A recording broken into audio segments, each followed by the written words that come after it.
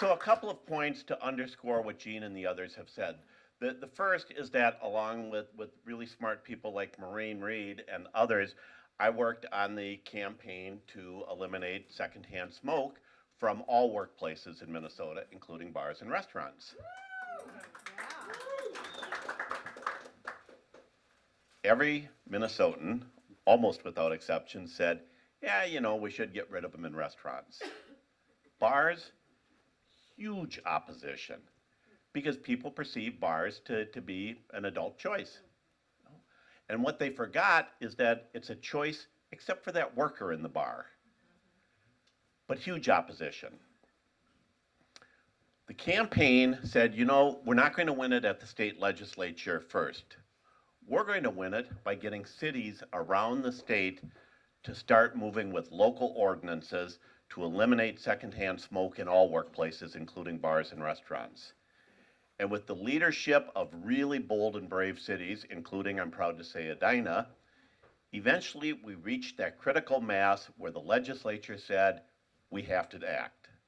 And so with the Republican governor, Tim Pawlenty, and a number of Republicans in the legislature, we made that decision to do it with local communities, building that critical mass, and finally reached that tipping point where in 2007, the state passed the Workplace Protection Act, the Freedom to Breathe Act, that gave workers in every workplace the freedom to work without having secondhand smoke imposed on them.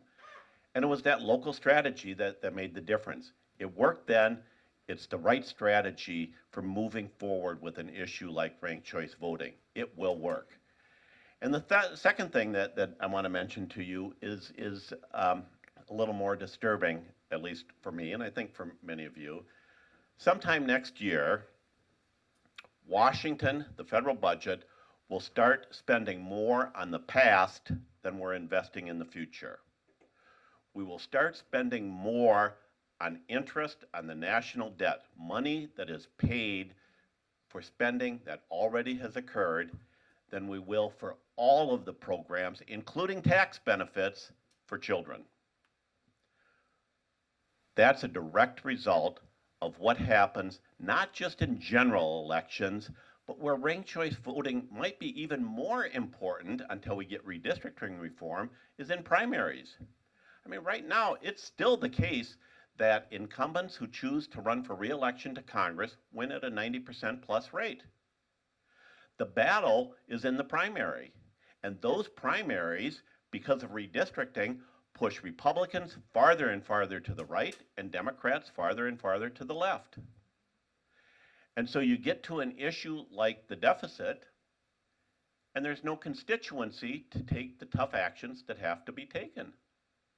Unless you can have competitive primaries, unless you can have people who say, I've got a chance, I have an issue, I want to talk about it, I can be represented. Then we can move forward with the other kinds of reforms that are so necessary, including redistricting reform, including some finance reform, and do those kinds of things.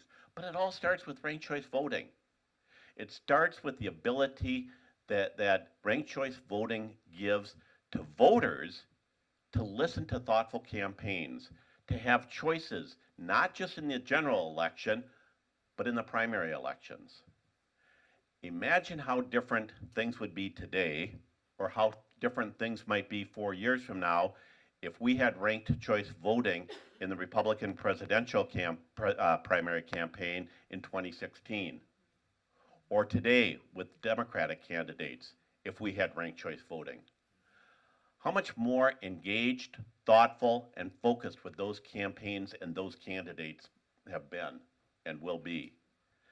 That's why we need ranked choice voting.